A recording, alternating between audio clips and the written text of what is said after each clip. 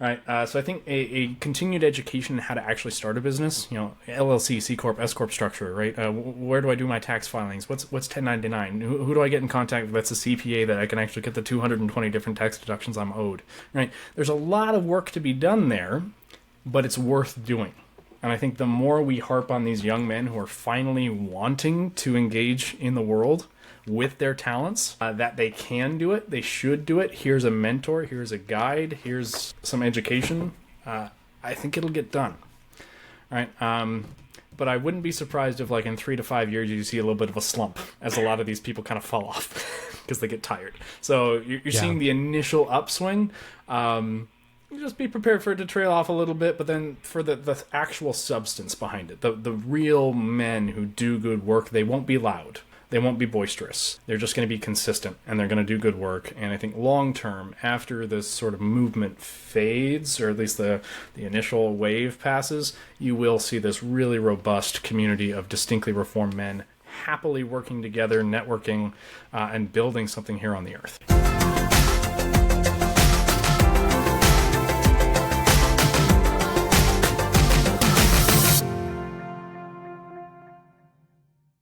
Hey everyone, thank you so much for tuning into the Built in Faith podcast. My name is David Hemm. I am your host, and today we have a special guest with us. It is Josiah Stowe from Dominion Wealth Strategists, and also better known for the website Reform Money, which you guys get to have both of those, which is exciting. So today we get to have him on, get to know a little bit more about him, and get to ask him some questions regarding his business and how it started, and we get to hear the whole story. So I'm excited to have you on, brother. Thanks so much for jumping on with me. Yeah, thanks for having me, David. Appreciate it. Yeah, well, let's start here at the beginning, man. So why don't you tell us a little bit about yourself?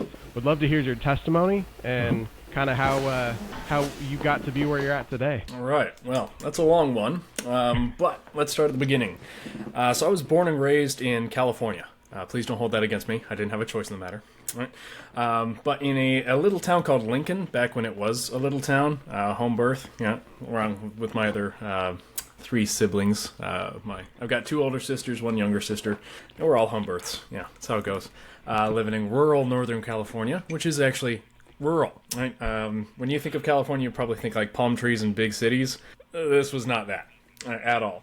In fact, I was raised largely on my grandparents' ranch in, and I quote, the Great Republic of Rough and Ready, California. That's the name of the city. It's a village, about 500-person village. All right, so born in California, raised. Actually, my parents divorced very early on, so mostly by my mother, with a little bit of a input for my father on the weekends, right? He was an entrepreneur. In fact, he actually worked as the detailer for the private jet of the Sultan of Brunei for a while. Yeah. Wow. Yeah, I guess he was in California for something, saw my dad working construction, was like, that's a hard worker, bring him over. So my dad would fly out like once a month to detail his jet. All right.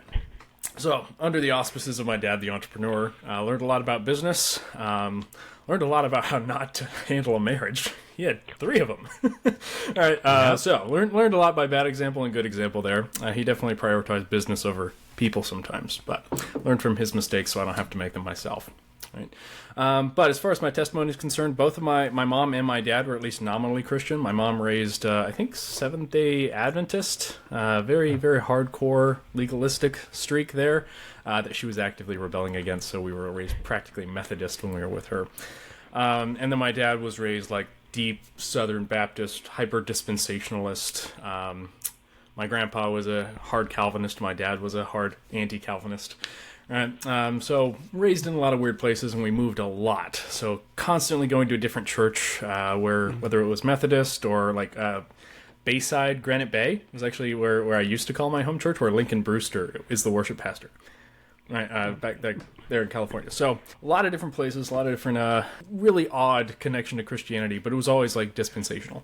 To be frank, I was a hardcore dispensationalist for a very long time. Yep. Then stock market crash 2008 hit, right? I'm sure everyone here is aware of that. And me, in my line of work, I'm very aware of how that all operates now. And my dad was over-invested in real estate and going through his second divorce. So that hit us pretty darn hard, and we had to move back in with my grandparents in the Great Republic of Rough and Ready, California. Right? So did that. Also, my mother was out of the picture at this point. She had something called a AVM, similar to a stroke. where she was recovering in the hospital, so full custody with my dad. Moved up to my grandparents' house, and he started a business, right? Running chickens, actually. We had like 1,500 roosters in our barn at one point. It was a lot. But he managed to, I think he caught asthma or something, being in that ammonia-filled environment for that long, and ended up passing away in his sleep just a few months after we moved up there. Oh, so wow. There it was. Wow. No mom. Well, my dad had just gotten remarried, so my stepmom, who then took full custody, and my grandparents, and I was 12 years old at that point. So a lot had happened up to then. And so my testimony is not really one of the Lord saving me out of a lifestyle of sin. It's not like this huge grand testimony. It's more one of his faithfulness through continually enduring trials. Yeah. Continually worsening trials for a while there, right? But that was probably the worst of it. And then, at 12 years old, going into 7th grade, here we go, and in a brand new city with a totally different sort of parenting setup than I was used to. And then just sort of made it through junior high school without too much issue. My stepmom did leave before I turned 18, so I was actually finished being raised by my grandparents. And then at 19 years old, I decided to join the Army. Right. So at this point, still hyper-dispensationalist, reading Zion's Fire in the Jerusalem Times. I was like, oh yeah, okay, if, I was a Calvinist at very least, my dad wasn't.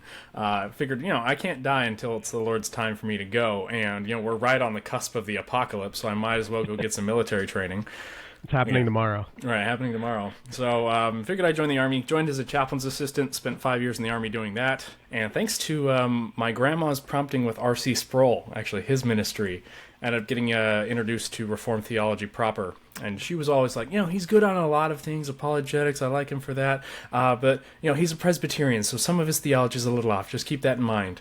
All right? And, so like, okay. Cool, but I'll hear his arguments out, and it turned out he was pretty compelling. So ended up becoming a hardcore Calvinist and turning into covenant theology. James White, Jeff Durbin, their ministry as well with Apologia. It's like, oh, that makes a heck of a lot more sense than what I've been believing my whole life. So ended up becoming a full-blown covenant theologian. Starting a page called Epistemologically Charged Truths for Theologically Inclined Youths to argue my way into proper covenant theology, just to figure out what it was all about. I think that page is still running, by the way. Yeah.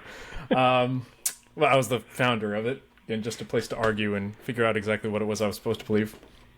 And, just very thankful to God for pulling me out of dispensationalism, bringing me into a proper understanding of covenant theology, just in time to get married to my wonderful wife, Katie.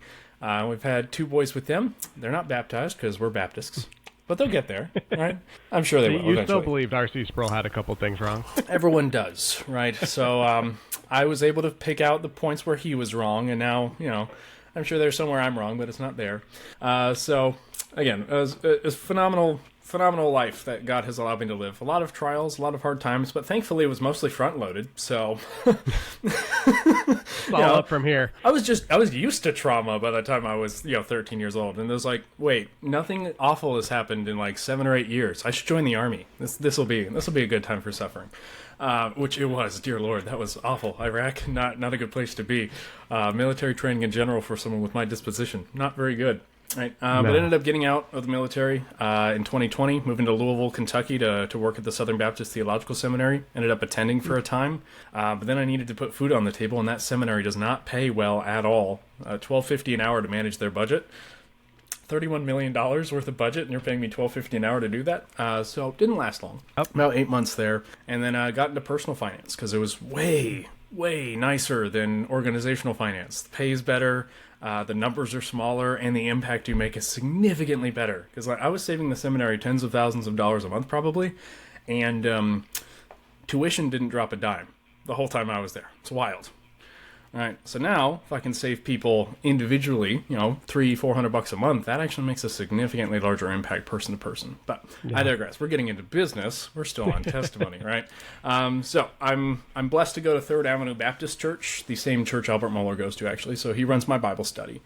Wonderful sense of community there, and it's not a distinctly Reformed church. It's Reformed adjacent, very 9 marks.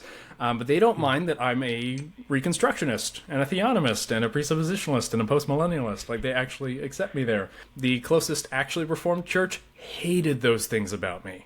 Like, hardcore. Like, they thought I was like a problem to solve, not a person to love. At least that's how they treated me. So Third Avenue ended up doesn't really care that much about the doctrines that I hold to. So I'm able to be who I am convictionally and work in a community that accepts me. And I think that's a little bit more important than whether you hold to the 1689 or the BFM 2000. All right. But overall, the Lord has kept me through a lot. There were times when I doubted him, sure. Times when I was mad, very mad at him, right? But he kept me. Can't really say the same for my sisters. They've pretty much all fallen away, but he kept me. Right. So as far as call and election, I'm pretty darn secure in that regard. And now I get to raise my children up in the fear and admonition of the same Lord who preserved me thus far. Amen. Amen, brother. Man, yeah, wow. Yeah, well, that's all stuff I did not know about you, so it's nice to get to know you a little better that way. So we actually have a handful of odd connections. So I too am originally from California. I knew that. The great what did I hear the other day? California. So we too fled here to Texas not about 8 years ago. But yes, also grew up there. And actually, I had family up north in that part, your neck of the woods. So they were kind of out there. So we didn't see him all too often, but it was through my dad's side. He had some stepsisters up there, so we'd go up and visit. And his dad and mom were up there for a time. But yeah, very very interesting. I too was at a SBC 2000, Baptist Faith and Methodist 2000 church here not long ago. So I got you there, but yeah, man, it is pretty incredible to see the Lord's hand in your life, even through tremendous trial and difficulty. So, would you say that you came to Reformed theology really then through your grandparents? That was how you got there. Yeah, incidentally, because again, they're hardcore dispensationalists who really like John MacArthurite down the line. I think my grandpa's. He won't call himself a dispensationalist, but then every time you ask him about it, he ends up espousing dispensationalism. He's trying to remove himself from the label, just like MacArthur is, right? But it's the same theology. Try to critique Israel anywhere within a 50-foot radius of my grandfather and see how it goes. Yep, that's right. Grew up the same way, totally dispensational. The church we were at in California before we moved here was a MacArthur church plant. Yeah. So, and I think all of the elders there were master seminary grads. So yeah, actually, the other partner at our firm is a master seminary grad as well. So very similar background. We can talk dispensationalism better than most dispensationalists. Yep. Yeah. I mean, it was actually going through seminary. I had a covenant theology class, and I decided to spend the entire point of that class is like, let's come to real conviction here. I'm gonna pull the best that I could from, we'll call it the leaky dispensational side or the progressive dispensational side, and let's pull the best of Reformed Baptist and put them all on the table and see what happens. So luckily, I'm still Reformed Baptist at the end of that exercise. Yeah, although the CREC is making some compelling arguments for me, but I think I'm ending up turning more of those Presbyterians Reformed Baptists than the other way around. Hey man, I don't want to be telling secrets, but I've talked to a few people up here in this great state of Idaho lately who are secretly shifting that direction too. So as much as everyone wants you to believe, it only goes the other way. Right. Well, yeah, that's what happens when you allow Reformed Baptists in your denomination. Their theology tends to spread by conviction. Take one at a time. Fine, we'll get there. See, and you're post-mill, so you can be patient. Yeah, our plans are measured in centuries. Well, awesome, man. So why don't you tell us a little bit about, you started here at the end, beginning to shift this into your business. You hinted at it a little bit. So why don't you tell us a little about Dominion? Tell us about basically the launch of this company, and then what it is that you guys are actually doing, your mission. Like, what are you trying to accomplish with this? Yeah, quite a lot. So yes, Dominion was actually started inside of another company. So if you guys are familiar at all with World Financial Group, any of your listeners, I actually started there in a team called Pinnacle Elite, which was very on the nose. And while I thought it was generally halfway Christian organization, at least Christian friendly, really good teaching, really good training, a little bit high on the rah-rah and the Kool-Aid. Not my favorite, but I grew accustomed to it over time. And again, the training there was actually pretty phenomenal. Learned a lot about salesmanship, how to run your own business, basic financial products and services, although they were basically just selling IULs and term insurance and calling it financial planning. I think there's a little bit more to it than that, but that was a good start. Right, a good to be place fair, to step most off. of the financial planners I run into, that's essentially what they've done. So right, because IULs can be a fantastic product. You just need a lot of training on how to build them correctly. Right, and it, in my eyes, much better than Whole Life for like 90% of applications. Right, but don't tell Chuck I said that. So basically, learn there, and if you're in a network marketing company, as they like to.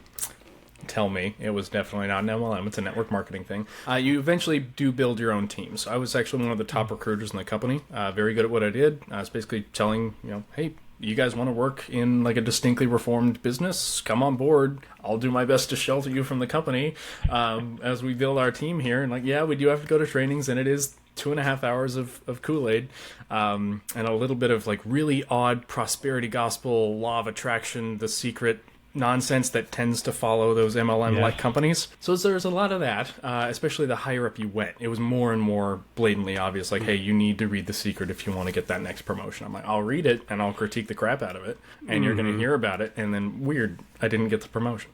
So after a little while, about 1.5 years working in that company, it came to a head when my current business partner, Justin, actually offered me a chance to leave.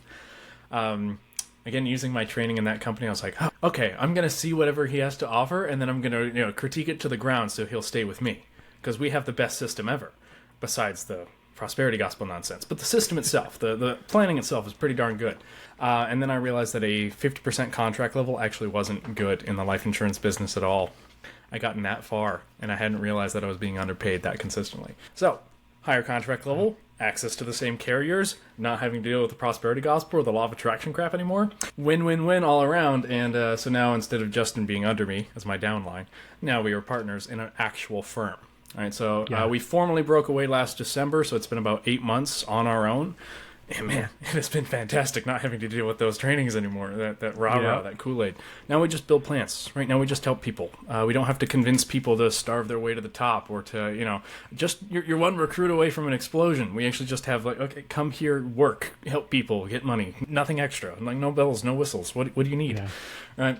Right. So that was how Dominion essentially got started as, there's a better way to do this, right? And there's no one targeting the distinctly reformed community or like no real competition here. So we have basically not a buffet, but like there's no real competition in this market. We can have a practical monopoly right off the bat and genuinely help people who have not been offered help. Now, mind you, this is, if objectively speaking, this is probably one of the worst communities to try to do that with because they're so darn skeptical about everything all the time. And I'm having to argue my way into meetings. I'm like, I don't want to do that. But this is the community I'm part of, so here we are. We just have to earn our place in it, it seems. But I figured that'll come with time because what we're offering really can't be denied when you look into it deeper than you guys are trying to scam us because you're financial people. Therefore, you must be odd, right? Let's itch that itch for a second, man, because I'm curious about that. So how have you guys gone about, we'll call it change management. How have you guys worked through change management in this space, especially with the clientele you guys are working with? Yeah, most of them will come with curiosity. A few things here. When we started this business, because it's fee-free, at least up front. Like we do take an assets under management fee, and by we, I mean a totally separate entity, Dominion Financial Planning, that is only name affiliated with Dominion Wealth Strategists. They, over there, charge an AUM fee, but the financial planning we do, the basic financial planning, everything from basic budgeting out to helping coordinate for estate planning, and actually I'm learning how to do estate planning right now, so we can do that in-house. Right? But everything we do there is totally free. Right? We get paid on the back end via brokerage if and when a client needs a commissionable product, and as you may know, this is the highest paid industry in the world. Those commissions are not small at all. You make 3 or 4 brokerage pieces a month, and you're pretty darn, you're good to go. All right, so if I'm meeting with like 30 clients a month, and only 10% of them move forward, we're doing good, and it's actually closer to like 70 or 80%. So we're doing just fine, and it gets to be free for them, and we don't have to build those financial plans with any compromises. Right? We're able to take the best of the securities industry and build our plan around that, or at least on our side. And look, go over there with a referral, and you get the other part taken care of. Weird how that works, right? Same ultimate workflow that we're working from. Again, no compromises at all, and it gets to be free. However, if you lead with, hey, come get some free financial planning in the reformed space, everybody thinks you're a scammer, right? Con artist that's trying to, fleece the flock. Yeah. So we actually just removed that from our marketing. Now we don't tell people it's free until they get in the door, and we explain how brokerage operates. That was the biggest piece where you kind of get rid of a lot of those potential scam phrases and words that people they're sniffing out for. So we got rid of those and just started helping people, right? Sort of positioning ourselves as the experts that we are in the field, at least comparatively speaking. Right? Legitimately helping people, giving away as much value away as we can for free, making sure that we're trying to teach and educate first and foremost, as opposed to trying to fix people's finances. That's tangential, definitely part of it. But if you can just be the guys who are really good with money, the guys who know what they're talking about, and the guys who always provide free education, advice, and strategy, you'll be surprised who walks in the door ready to actually just hand you money. A lot of times we can't take it. That's a TSP, dude. I can't touch TSPs.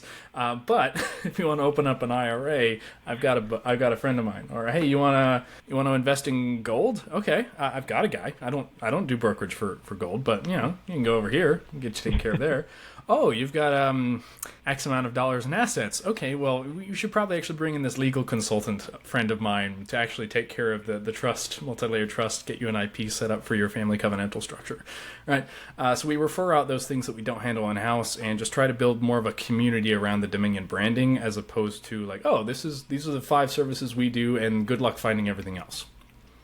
All right, so It's been slow, it's been methodical, and of course we used memes as the primary means to do that, because that's what the Reformed community understands. Hey, right?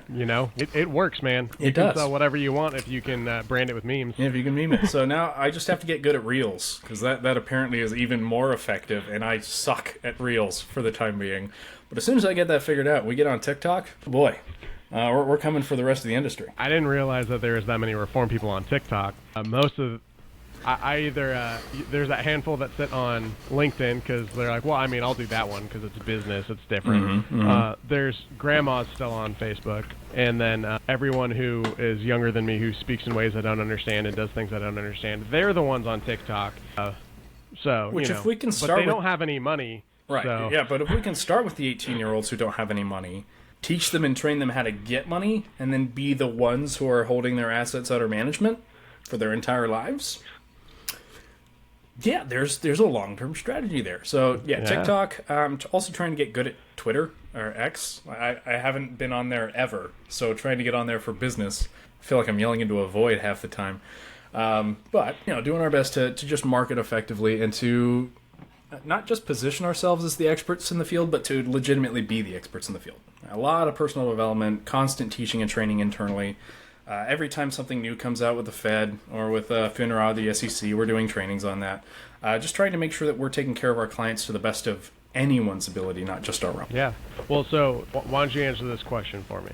Why is it so important that Reformed Christians are being able to be put in a position where they are actually growing in wealth? Like, why does that matter? Aren't we supposed to be poor? Isn't that better? Yeah, that's the undertone a lot of the time. It's frankly very annoying to try to deal with. No. So, Abraham, Isaac, Jacob, David, Solomon, Job, any of the righteous kings, including King Josiah, right? We're all incredibly wealthy men of power and means and authority. Boaz, Ishki-Borhail, right? A mighty man of valor, which could be translated as a mighty man of wealth, because valor and wealth are the same word in Hebrew, right? Well, a little party trick from my couple of semesters in seminary. So you really want to make sure that if you want to do stuff in the world, you have the means to do it. And even with a fiat currency that's value is based on nothing, it's still the economic authority to allocate resources. You want to end abortion, you're going to have to pay some lobbyists. You're going to have to pay someone for the time that they are giving up that they would otherwise be doing making money in order for them to be able to demonstrate, in order to go out there to abortion clinics and actually save babies. Everything costs money. Or it's opportunity cost, which is costing money, right? So if you don't have the means, you don't have the resources, you can't really get done what you want in the world. It'll have to be this Dorian principle thing that's going around, which I think is frankly nonsense. It ignores the economic realities of Scripture. Or you have to be giving up a lot of your time, which is also just another way of saying giving up your money. So we need to put more resources in the hands of the church, pure and simple. Poverty does not equal piety, not in the least bit. We want the church to be full of ishkiporhaios, right? Mighty men of valor. Men with means, wealth, and wisdom, so that we can accomplish the good we want to see in the world. And that might be a little post-millennially driven, at least optimistic on millennial driven. But even if you're a dispensationalist, you know how John MacArthur has made his impact? It wasn't through donations of his time, right? There's a lot of book sales, right? And the 5 really rich hyper-dispensationalist families that are in his church that have basically been funding his entire organization since day one.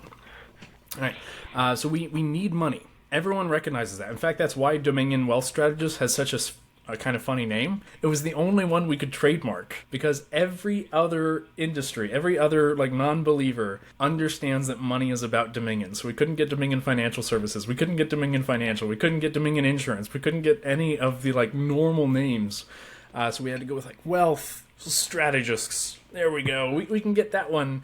That one works, because if the unbelievers are already recognizing it, it's about time the believers took back a proper reformed understanding of wealth, wisdom, and money, and work on top of that, and that we properly took dominion. Yeah. Well, so bro, this is what, right? I'm gonna play devil's advocate. So this is gonna be the pushback, right? So I agree with you, and the push is gonna be, well, I mean, that smells sort of prosperity gospel-ish. So how is a proper reformed understanding of this going to actually be able to toe the line between saying that God actually is a good father who intends good things for his people, actually desires to give them blessings, and it's not just that those blessings are spiritual, they are, but they're not only spiritual, but we can also hold in tension the idea of money is the root of all kinds of evils, and those sorts of passages. The love of money is the root of all kinds of evil. Sovereignty of God in this. So how do we toe this line? How do we come to a proper biblical understanding as reformed believers here about this topic? What are we balancing? How do we get there? How do we reject both sides falling into either side of these ditches? Right. Yeah, and again, a lot of Reformed guys, they don't like it when I point those out. But essentially, a lot of Reformed theology is essentially reactionary. You made an error, therefore, this is where we stand. You could say that about a lot of Christian theology. Most of the creeds and confessions were written in response to error. That's why we have Tulip, because of Daisy. All right. So when you have a unfortunately robust prosperity gospel theology out there that says, God wants you healthy, wealthy, and happy, and the blessings of the Lord are all physical, with the spiritual being tangential, you're essentially having to copy Paul's arguments against Gnosticism, but applying them to this sphere as well, right? Because it is Gnosticism. It's to say that your physical wealth, your physical well-being, your body, your work, your wealth, your possessions here on the earth are unimportant.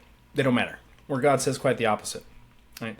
In fact, about 1/6 of the gospel, 1/6 of the New Testament is expressed in almost exclusively economic terms. For the wages of sin is death, but the free gift of God is eternal life. Even just like propitiation and redemption. Redemption is an economic transaction. Right? You are redeeming something for a price. Right? So a lot of these basic concepts are economic in nature. So you can't say, well, the thing that the economics of the world are pointing to and are used to express are important, but the economics themselves are not. It's a lesser to greater argument that doesn't negate the lesser. Right, so we do need to reclaim a proper, robust understanding of work, and we can't use the prosperity gospel as the anti-paragon with which to derive our own theology. It's not like, oh, that's wrong, therefore everything about it's wrong. No, a lot of it's wrong. Treating the material as the primary, right? Having your best life now, treating the Bible as a series of proof texts, as opposed to a robust understanding there. So really, we just have to do the work. Reformed theologians are fantastic at exegesis, but this is one of those areas where they're not doing proper exegesis. They're not taking the work because they see it as, because of this tendency toward Gnosticism. And I would personally actually blame the seminary system for that inherent Gnosticism. That's a conversation for another time, where you're getting a bunch of ideologues in a room together and telling them all that the most important thing they could possibly do in the world is think really hard and write books. No. Right? I mean, you're touching on it, man. Yeah, I mean, that's because you're hitting at this point of applied theology, right? That and this is where I give credit to our Presbyterian brothers. Is Baptists are really good about thinking. Like, we're good about the theological bit. We're good at going through the exegesis. We're talking about that. We're trying to be really consistent in our covenantal framework. But as soon as you ask that pastor to give you any kind of practical advice, it just always ends up in the same place. It's just read your Bible more and pray. And while we absolutely should be doing those things, the answer to all of life cannot be just read your Bible and pray. You should read your Bible because we actually want to do something with it, which is the applied theology piece, where, again, I think our Presbyterian brothers do a better job of this, and praying that the Baptists begin to notice and take a little more impact here, trying to actually do something about this theology that they have, instead of, to your point, just being writing books about it. Yeah. If your applied theology is a blog post, you haven't applied it at all. All right. So yeah, we do need to fight back against this sort of inherent Gnosticism that's pretty prevalent here. And is the main thing that we're actively arguing against. Justin and I, kind of behind closed doors, call our company an anti-Gnostic organization, in part because he's a powerlifter, so he's handling the physical, right? Which again, if your pastor is telling you that the physical world is not important, but he weighs 80 pounds over what he ought to, or more, don't take advice about him about how important the physical world is. He's not the guy, right? So yeah, we do want to move the church toward a robust understanding of how, or here's an analogy. We are called to love God more than our wives and our kids, right? That he who does not hate his mother and father is not worthy of me, right? So it should be such a great love of God that by comparison, it's like we hate our parents, like we hate our wives and our children. That's a lesser to greater argument. That doesn't mean, oh, well, I only love God this much, therefore I need to love my family this much. It's, I love my family this much, therefore how much greater should I love my God, my Lord and my God. So if you're saying that, yeah, the theological, the spiritual realities of this world are more important and in a lot of senses more real than the physical world, that should push it so much higher, because the physical world is also really important. And a lot of those spiritual realities cannot be properly understood unless it's through action. Right? If you're hearing about God as a father and you're not a dad, it just doesn't have the same weight. If you're hearing about God as like a good worker and a good steward, and us called to be good stewards, and you've never stewarded anything, it's entirely theoretical.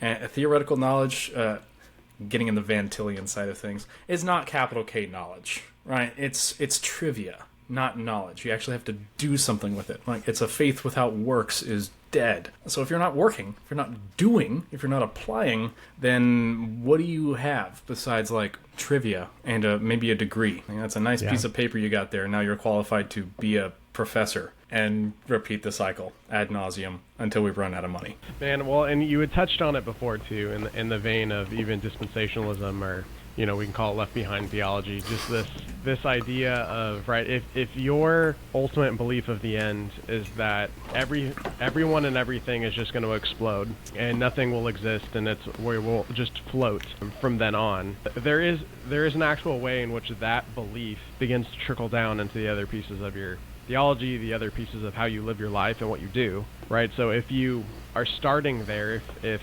the primary belief you have is it all ends up spiritual, then you are actually not going to care very much about what happens down here, right? You're not going to care about what happens on this actual earth. And that's, I think, a lot of times why our theology doesn't touch the earth, right? It never actually touches down. It just floats in midair. You would say they're so heavenly minded they're no earthly good, but if they don't understand, if they're not heavenly minded enough, they won't be any earthly good. Right?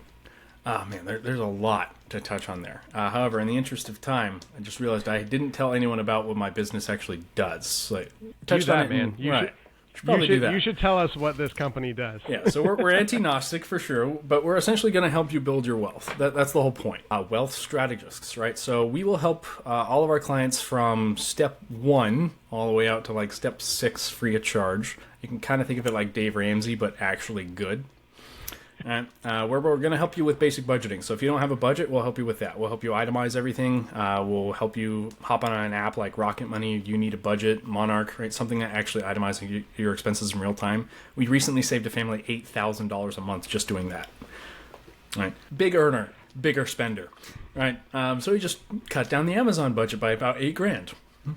Wow. Yeah, didn't realize he was spending that much until we itemized everything, right? But let's take a look at where your money's actually going.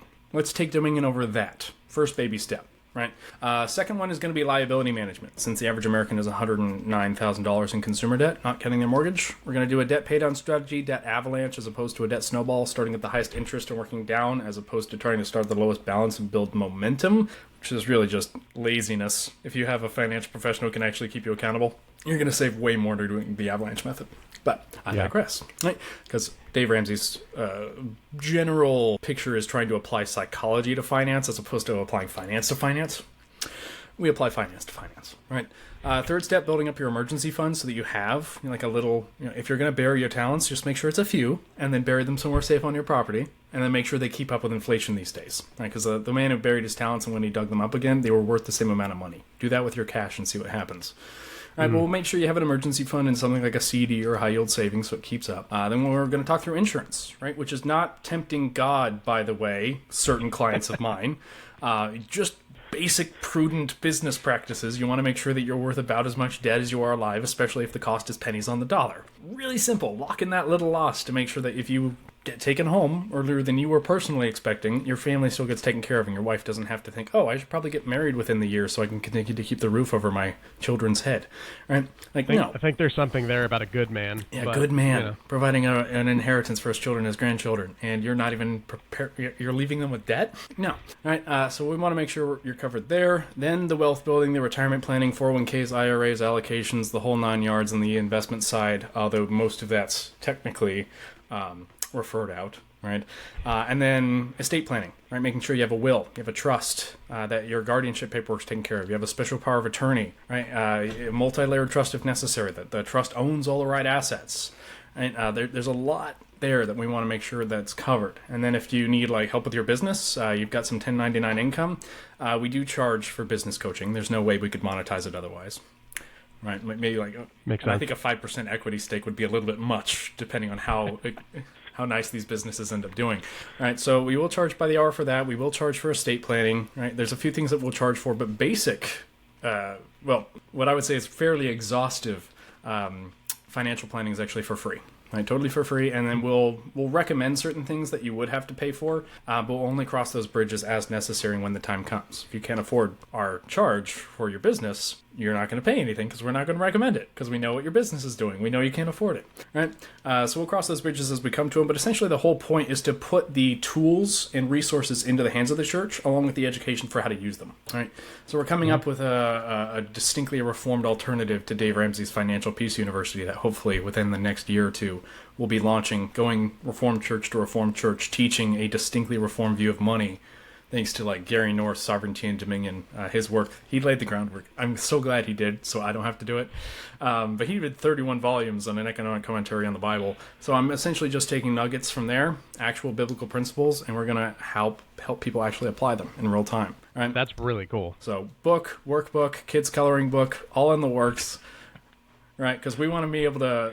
I want your kids to be better financially educated than the average American, to be frank. Because it doesn't take much to be better educated on finance than the average American.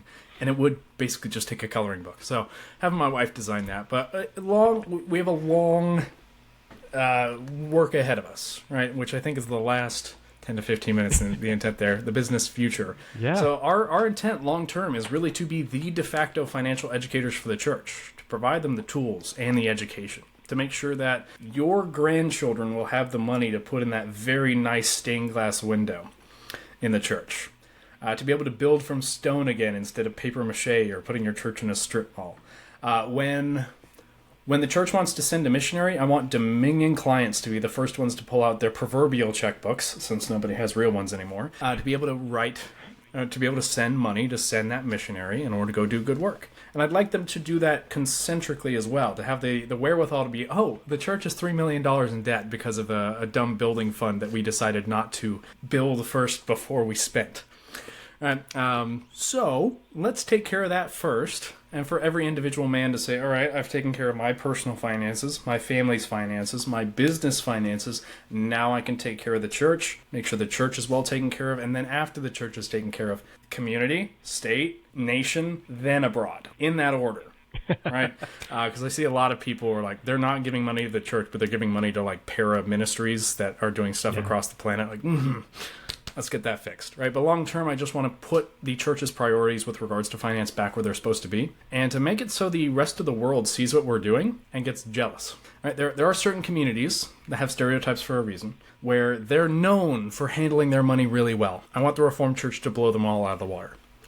Yeah. I want people to say, I want a Reformed Christian to work for me because they're hard workers, because they're diligent, because they take initiative, and because they help improve my business and make me more money. I want a Reformed financial planner because they know how to handle finance better than anybody else. They make me more money. They're kind. They're ethical. They're moral. Right? And they really take care of me and mine without any consideration to the fact that I'm morally opposed to them. Right? And we want to, again, and so doing, plunder the Egyptians. If we're taking, 2% assets under management fee, which, fun fact, as long as you disclose any discrimination in that assets under management fee, it's totally legal. So you can say, hey, if you're a member in good standing at a church, we'll charge you 1.3%. If you're not a member in good standing at a distinctly Reformed church, we're charging 2%. And that's perfectly legal. Fun fact, right? So we can do stuff like that and still plunder the Egyptians, where 2% is well worth it because we're making, 15, 20%. Well, let's say 15% average returns in the market. And none of the other investment advisors are getting even relatively close. Right? So there's a lot we can do here long term. We just want to be the best. Right? And I don't think that's materialistic or too earthly minded, right? It's just, if we do the best on earth, how much more glory does that bring God? If we do the best in the physical, the spiritual is almost obvious at that point, and how much higher the spiritual has to become in order to maintain that ratio of that greater to lesser argument there. So the long-term future is really just to bring glory to God by making the Reformed Church wealthy and wise in that wealth. Yeah, amen, man. And it's not too earthly, right?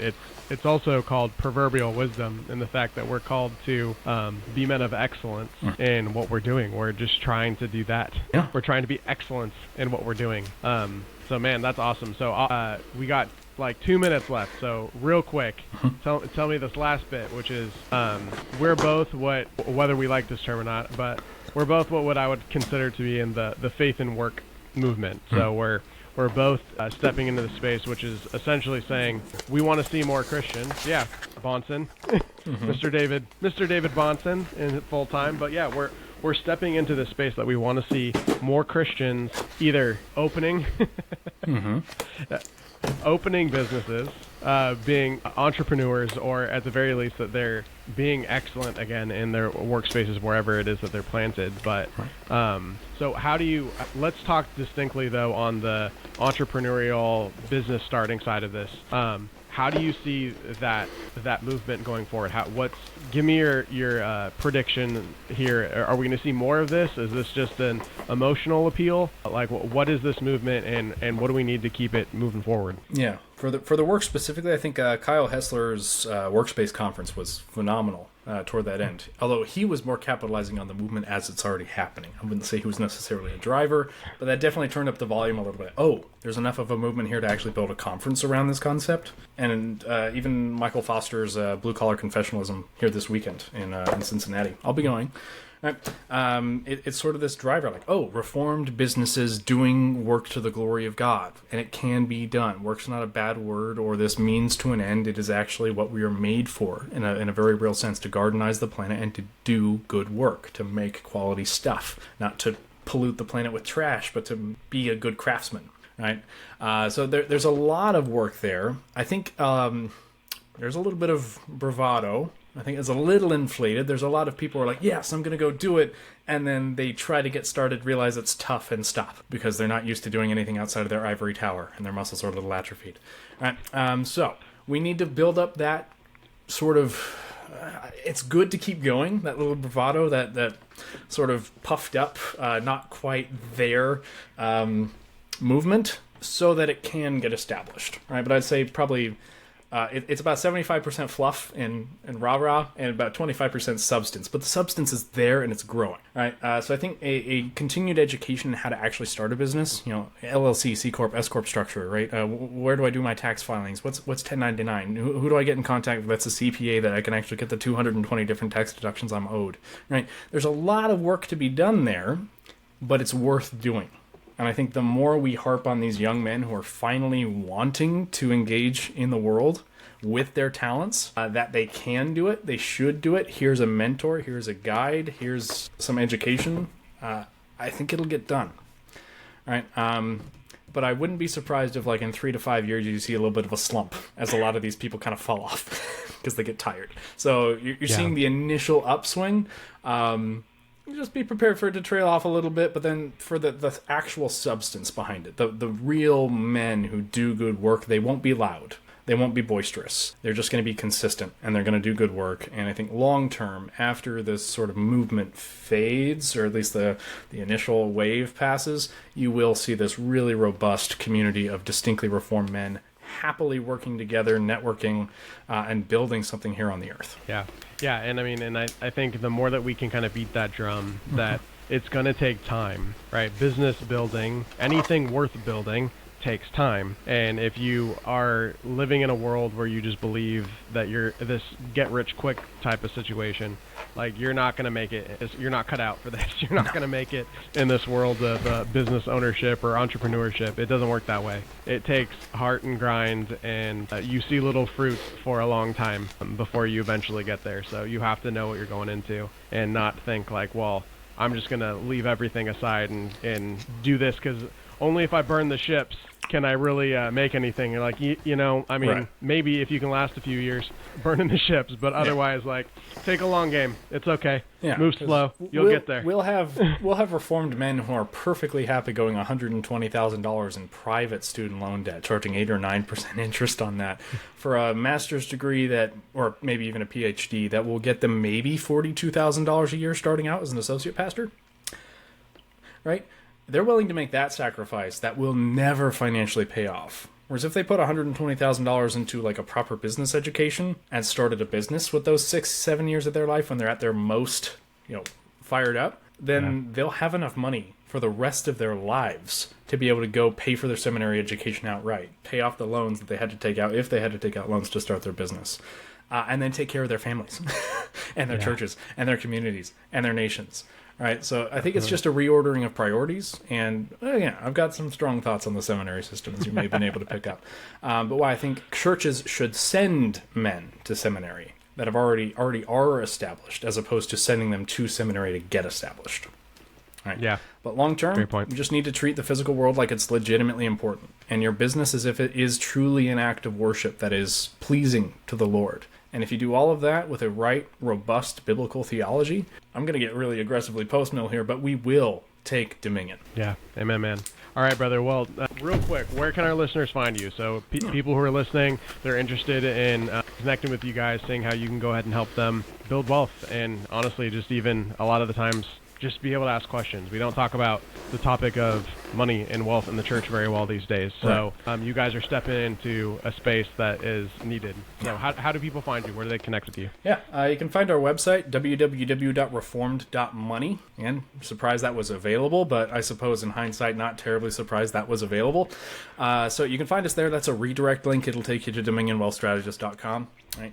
So you can read about more of us there. I'm the one who designed the website, and I'm not a website designer. So please do not allow the website's basic Wix look to get in the way of our legitimate actual financial planning on the back end.